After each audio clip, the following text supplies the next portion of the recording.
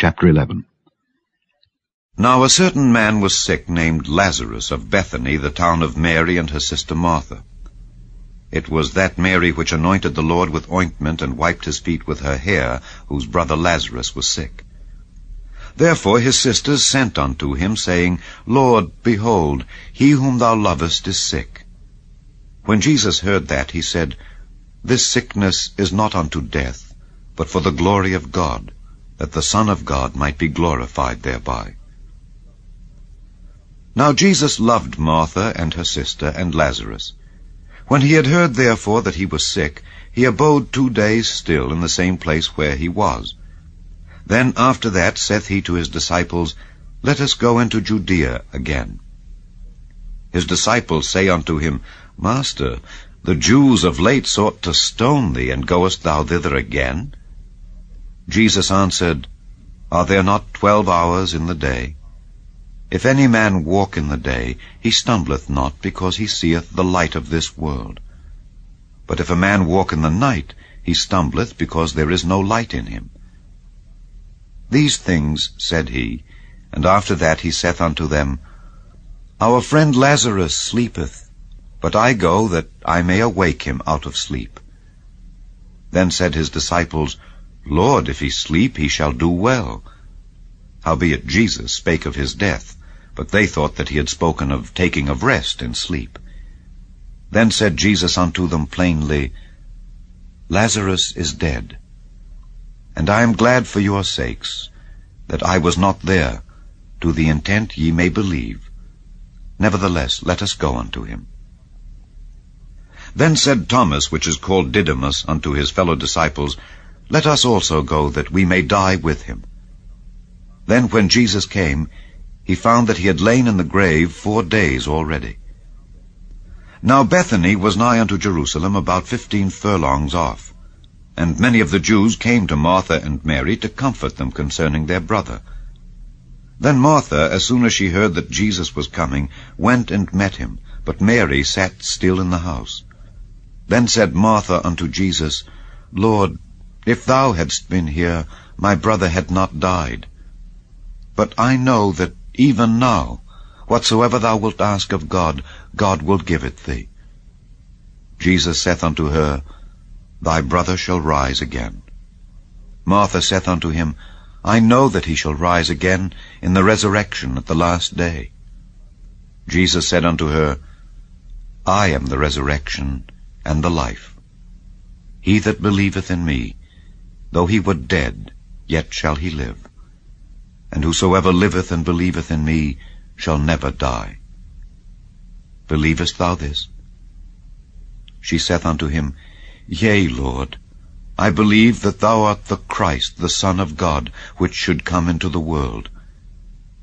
And when she had so said, she went her way, and called Mary her sister secretly, saying, The Master is come, and calleth for thee.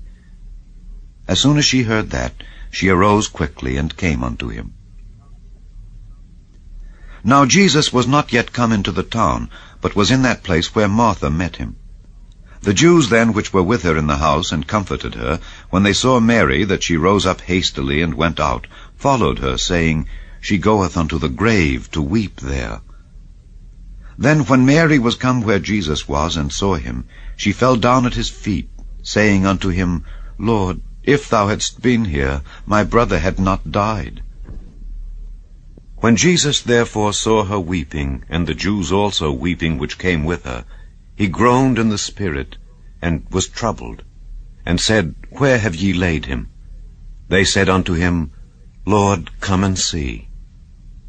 Jesus wept. Then said the Jews, Behold, how he loved him. And some of them said, Could not this man, which opened the eyes of the blind, have caused that even this man should not have died? Jesus therefore, again groaning in himself, cometh to the grave. It was a cave, and a stone lay upon it. Jesus said, Take ye away the stone. Martha, the sister of him that was dead, saith unto him, Lord, by this time he stinketh, for he hath been dead 4 days. Jesus saith unto her, Said I not unto thee that if thou wouldest believe, thou shouldest see the glory of God? Then they took away the stone from the place where the dead was laid, and Jesus lifted up his eyes and said, Father, I thank thee that thou hast heard me, and I knew that thou hearest me always, but because of the people which stand by I said it, that they may believe that thou hast sent me. And when he thus had spoken, he cried with a loud voice, Lazarus, come forth. And he that was dead came forth, bound hand and foot with grave clothes, and his face was bound about with a napkin. Jesus saith unto them, Loose him, and let him go. Then many of the Jews which came to Mary, and had seen the things which Jesus did, believed on him.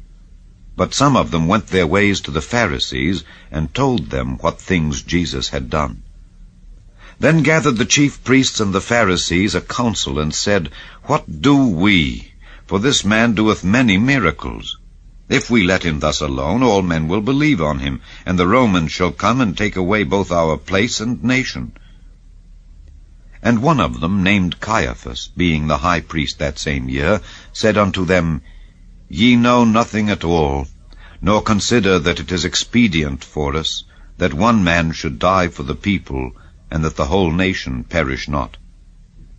And this spake he not of himself, but being high priest that year, he prophesied that Jesus should die for that nation, and not for that nation only, but that also he should gather together in one the children of God that were scattered abroad. Then from that day forth they took counsel together for to put him to death. Jesus therefore walked no more openly among the Jews, but went thence unto a country near to the wilderness, into a city called Ephraim, and there continued with his disciples. And the Jews' Passover was nigh at hand, and many went out of the country up to Jerusalem before the Passover to purify themselves. Then sought they for Jesus, and spake among themselves as they stood in the temple, What think ye, that he will not come to the feast? Now both the chief priests and the Pharisees had given a commandment, that if any man knew where he were, he should show it, that they might take him.